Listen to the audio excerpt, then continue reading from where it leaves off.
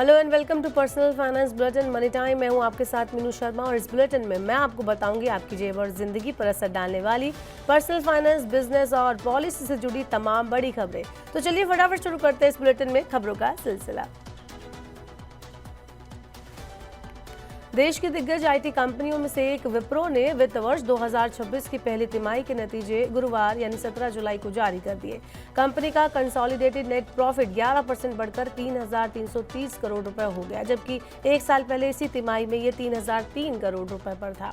विप्रो ने वित्त वर्ष 2025-26 के लिए 5 रुपए प्रति शेयर के अंतरिम डिविडेंड का भी ऐलान किया है। इसके लिए कंपनी 28 जुलाई को रिकॉर्ड डेट के रूप में तय करने वाली है। आपको बता दें कि अंतरिम डिविडेंड का भुगतान 15 अगस्त 2025 को या उससे पहले किया जाएगा। आईटी सर्विस कंपनी का ऑपरेशनल रेवेन्यू 0.7% बढ़कर 22,134 करोड़ रुपए हो गया, जबकि एक साल पहले इसी अवधि में ये 21,963 करोड़ रुपए था। टैक्स के बाद मुनाफा यानी कि पीएटी में तिमाही दर तिमाही लगभग 7% की गिरावट आई, जबकि वित्त वर्ष 2025 की चौथी तिमाही में 3,570 करोड़ रुपए था। भारत और यूनाइटेड किंगडम के बीच फ्री ट्रेड एग्रीमेंट यानी एफटीए पर अगले हफ्ते साइन हो सकते हैं। ये समझौता दोनों देशों के बीच व्यापार और निवेश को बढ़ावा देने के मकसद से किया जा रहा है। दोनों देशों ने इस साल 6 मई को एफटीए बातचीत पूरी होने की घोषणा की थी। ये समझौता भारतीय निर्यातकों और ब्रिटिश उत्पादों दोनों के लिए फायदेमंद साबित हो सकता है। अनुमान है कि इससे 2030 तक दोनों देशों के बीच व्यापार 120 अरब डॉलर तक पहुंच सकता है। फिलहाल कानूनी प्रोसेस चल रहा है और जल्द ही इसे अंतिम रूप दिया जा सकता है। इस समझौते के तहत भारत से लेबर इंटेंसिव उत्पाद जैसे चमड़ा, जूते और कपड़े जैसे सामान के निर्यात पर टैक्स हटाए जाएंगे। इससे भारतीय उद्योगों को अंतर्राष्ट्रीय बाजार में प्रतिस्पर्धा में बढ़त मिलेगी और रोजगार के अवसर भी बढ़ सकते हैं। समझौते के बाद ब्रिटेन से आयात होने वाले व्हिस्की और कारें भारत में सस्ती हो सकती हैं। इससे कंज्यूमर को फायदा होगा और ब्रिटिश उत्पादों की भारत में मांग बढ़ सकती है। भारतीय इक्विटी बेंचमार्क सेंसेक्स और निफ्टी गुरुवार 17 जुलाई को लाल निशान में नजर आए। अमेरिकी फेडरल रिजर्व के चेयरमैन जेरोम पावेल के भविष्य को लेकर अनिश्चितता के बीच निवेशक सतर्कता बढ़ा रहे थे। 17 जुलाई को भारतीय बेंचमार्क इंडेक्स गिरावट के साथ बंद हुए और निफ्टी 25,100 के आसपास बंद हुआ। सेंसेक्स 375.24 अंक यानी कि 0.45% की गिरावट के साथ 82,259.24 पर और निफ्टी 100.60 अंक यानी 0.40% की गिरावट के साथ 25,111.45 पर बंद हुआ।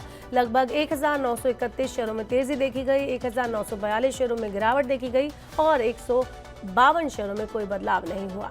सेंसेक्स मजबूती के साथ खुला और 119.05 अंक बढ़कर 82,753.53 पर पहुंच गया, जबकि एनएसई निफ्टी 18.7 अंक चढ़कर 25,230.75 पर पहुंचा। हालांकि बाद में दोनों इंडेक्स दबाव में आ गए और सेंसेक्स 82,219.27 पर और निफ्टी 25,101.00 पर लुढ़क गया। निफ्टी पर सबसे ज्यादा गिरावट tech Mahindra, IndusInd bank, Infosys, SBI life insurance और विप्रो के शेयरों में रही, जबकि बढ़त वाले शेयरों में Tata consumer, Tata steel, Hindalco industry, trend और महिंद्रा एंड महिंद्रा शामिल रहे। यूएस के महंगाई आंकड़ों के बाद अब ट्रंप पावेल विवाद का सोने की कीमतों पर भी असर पड़ा है। निवेशक अमेरिकी फेडरल रिजर्व के चेयरमैन जेरोम पावेल के भविष्य को लेकर कयास लगा रहे थे, लेकिन ट्रंप ने साफ किया कि वो पावेल को हटाने की कोई योजना नहीं बना रहे। उनकी सफाई के बाद से सोने की कीमतों में उतार चढ़ाव की स्थिति खत्म हो गई। हालांकि निवेशक अभी भी सोने की ओर रुख कर रहे हैं, जिससे 17 जुलाई को इंटरनेशनल लेवल पर सोने की कीमतें 0.30% डॉलर प्रति औंस उछलकर 3,340.49 डॉलर प्रति औंस पहुंच गए हैं। वहीं वैश्विक स्तर पर सोना भले ही छलांग लगा रहा हो, लेकिन भारतीय बाजार में सोना आज लुढ़क गया। मल्टी कमोडिटी एक्सचेंज यानी एमसीएक्स पर गुरुवार की बात करें तो सोना 354 रुपए गिरकर 97,434 रुपए प्रति 10 ग्राम पर पहुंच गया। हालांकि चांदी 115 रुपए की तेजी के साथ 1,11,790 रुपए प्रति किलो पर कारोबार करती हुई नजर आई। अगर आपने बैंक या एनबीएफसी से लोन लिया है और समय से पहले आप उसे चुकाना चाहते हैं तो आपके लिए एक अच्छी खबर है। जी हां, आरबीआई ने प्री पेमेंट चार्जेस पर नए दिशा निर्देश जारी किए हैं जो 1 जनवरी 2025 से लागू होंगे। अब अगर आपने लोन बिजनेस के अलावा किसी और काम के लिए लिया है तो उस पर कोई प्री पेमेंट चार्ज नहीं लगेगा, यानी आप बिना एक्स्ट्रा शुल्क दिए समय से पहले लोन चुका सकेंगे। अब इससे फायदा क्या होगा? पहला फायदा यह होगा, ग्राहक अब दूसरे बैंकों या NBFC से बेटर ब्याज दर पर लोन ट्रांसफर कर पाएंगे। दूसरा फायदा होगा, लोन जल्दी चुकाने और एक्स्ट्रा चार्जेस आपको नहीं देने पड़ेंगे। तीसरा, छोटे व्यापारियों और सामान्य ग्राहकों को आर्थिक रूप से अधिक स्वतंत्रता मिलने वाली है, यानी कि अब उधार लेने वाले खुद तय कर पाएंगे कि कब और कैसे चुकाना है उनको लोन, बिना किसी जुर्माने के। RBI का ये कदम लोन लेने वालों को और उनके हक में एक बड़ा रिफॉर्म माना जा रहा है। बुधवार को प्रधानमंत्री नरेंद्र मोदी की अध्यक्षता में आर्थिक मामलों की मंत्रिमंडल समिति की बैठक हुई। इस बैठक में एग्रीकल्चर से संबंधित बड़ा फैसला लिया गया। सरकार ने एग्रीकल्चर विकास और रिन्यूएबल एनर्जी को बढ़ावा देने के लिए 50,000 करोड़ रुपए से ज्यादा के निवेश की घोषणा की। इसमें प्रमुख योजना PM धन धान्य कृषि योजना है, जिसके तहत 24,000 करोड़ रुपए खर्च करके 100 चुने हुए जिलों में कृषि उत्पादकता बढ़ाने का लक्ष्य रखा गया। केंद्रीय बजट 2025-26 में पेश की गई PM धन धान्य कृषि योजना का उद्देश्य देश के 100 कृषि केंद्रित जिलों को विकसित करना है। इसके तहत 11 मंत्रालयों की 36 मौजूदा योजनाओं को एक साथ जोड़ा जाएगा। केंद्रीय मंत्री अश्विनी वैष्णव ने बताया कि इन जिलों का चयन कम कृषि उत्पादकता, मध्यम फसल घनत्व और कम कर्ज सुविधा जैसे आधारों पर किया जाएगा। हर राज्य से कम एक जिले को इस योजना में शामिल किया जाएगा। बुलेटिन में बढ़ते हैं आगे, बताते हैं आपको एयरटेल ने अपने कस्टमर्स के लिए एक बड़ी घोषणा की है। दरअसल एयरटेल ने दिग्गज AI कंपनी परप्लेक्सिटी के साथ पार्टनरशिप की है। इसके तहत टेलीकॉम कंपनी अपने ग्राहकों को परप्लेक्सिटी प्रो के 12 महीने का सब्सक्रिप्शन फ्री में दे रही है। इस सर्विस की असली कीमत 17,000 रुपए है। इससे एयरटेल के मोबाइल, वाईफाई और DTH यूजर्स फ्री में इस्तेमाल करेंगे। आपको बता दें कि परप्लेक्सिटी प्रो एक ऐसा प्लेटफॉर्म है जो सामान्य सर्च इंजन से अलग काम करता है। ये वेब लिंक देने की बजाय सीधे डायरेक्ट, सटीक और भरोसेमंद जवाब दे देता है, वो भी नॉर्मल बातचीत की लैंग्वेज में। इसके जरिए अनलिमिटेड प्रो सर्च, GPT 4.1 और क्लाउड जैसे एडवांस AI मॉडल्स तक एक्सेस कर सकते हैं, गहराई से रिसर्च कर सकते हैं। एनालिसिस की सुविधा यहाँ पर दी गई है और डॉक्यूमेंट अपलोड करके जवाब पाने का ऑप्शन भी आपको मिलेगा। इमेज जनरेट करना, साथ ही AI के साथ नए आइडियाज बनाने का स्पेस परप्लेक्सिटी लैब्स में आपको मिल जाएगा।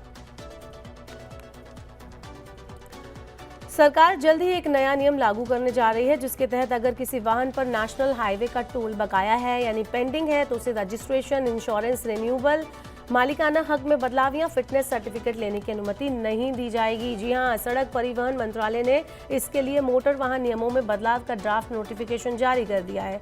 ये कदम डिजिटल टोल वसूली को बढ़ावा देने और टोल से बचने वालों को रोकने के लिए उठाया जा रहा है। अगर किसी वाहन का टोल बकाया रहेगा तो वाहन मालिक रजिस्ट्रेशन टैक्स नहीं जमा कर सकेगा और ना ही मालिकाना हक और उसकी प्रक्रिया में बदलाव पूरा कर पाएगा। यह जानकारी वाहन के नंबर पर दर्ज रहेगी और सभी संबंधित सेवाओं को रोक दिया जाएगा जब तक बकाया टोल नहीं चुकाया जाएगा। तो फिलहाल के लिए इस बुलेटिन में इतना ही। वक्त हो गया आपसे विदा लेने का। अब आपसे होगी कल मुलाकात। पर्सनल फाइनेंस से जुड़ी खबरों को पढ़ने और उनसे जुड़े खास कार्यक्रमों को देखने के लिए आप मनी9 के YouTube चैनल को जरूर सब्सक्राइब कर लें। साथ ही आज का मनी टाइम आपको कैसा लगा तो आप हमें कमेंट बॉक्स में नीचे जरूर बताएं। ऐसे और वीडियोस के लिए देखते रहिए मनी9 और सब्सक्राइब करें मनी9 का YouTube चैनल।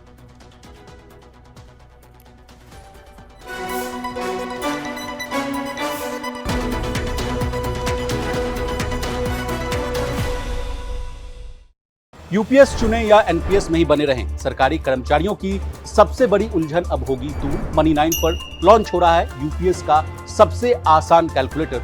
बस देनी होगी 4 जानकारियां और आपका पूरा कंफ्यूजन हो जाएगा दूर। आपको पता चलेगा रिटायरमेंट के बाद यूपीएस में कितनी मिलेगी पेंशन, एनपीएस में बने रहें तो वहां हर महीने कितनी पेंशन मिलेगी और अगर ओपीएस आया तो कितना पैसा हर महीने मिलेगा। मनी9 पर इस कैलकुलेटर को लाए हैं डॉक्टर मंजीत सिंह पटेल।